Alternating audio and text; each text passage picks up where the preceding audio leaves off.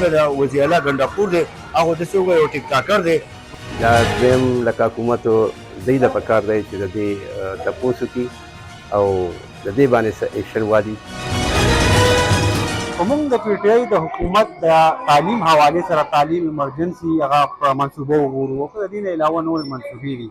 دلته کې نن موږ د حکومت د طرف نه د هغې دا درېیم ځل د پی ټی آی حکومت دلته په صوبه کې راځي او د سکولونو حالت زار سره د دې خلکو سره به خبرې کوو چې دوی په دې هکله باندې څه وایي. صوبایي حکومت یو غټې دعوې کړې وې د سکول حوالې سره ایجوکیشن اول د ماشومان تعلیمونه چې ایمرجنسي به راوړو او ایجوکیشن به ورکوو وله او نن تاسو د خپل نوم د ان سی 26 د مال اسلام آباد سکول وکړ چې داسې دی لکه داسې بوت بنګله. 2013 نه پس د پی ټی آی حکومت رالو دلته شوکت یوسفزۍ منسټر و هغه ته موږ څو ځله ریکویسټ بلکې باقاعده رالو ویزټ یې وکړو.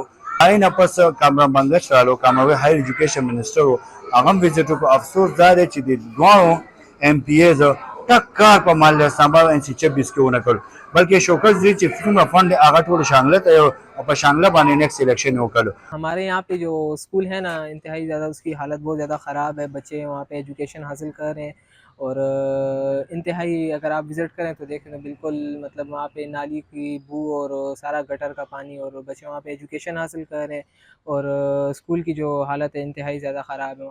د سکول له پریوتو هم خطره ده، د ماشومانو ضایع کېدو هم خطره ده.